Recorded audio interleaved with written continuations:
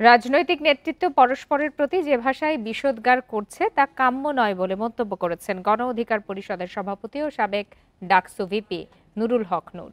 দুপুরে চট্টগ্রামে গণমাধ্যম কর্মীদের সাথে মত বিনিময় সভায় তিনি আরও বলেন, চাঁদাবাজ সন্ত্রাসীদের দমনে যৌথ বাহিনী নামানো দরকার। বিশেষ করে শিল্প এলাকা কেন্দ্রিক সন্ত্রাসী চাঁদাবাজদের আধিপত্য বাড়ছে।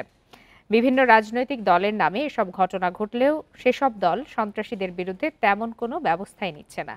এছাড়া ছাত্র জনতার আন্দোলনে স্বৈরাচারের পতন হলেও রাজনৈতিক নেতাদের আচরণগত তেমন পরিবর্তন আসেনি।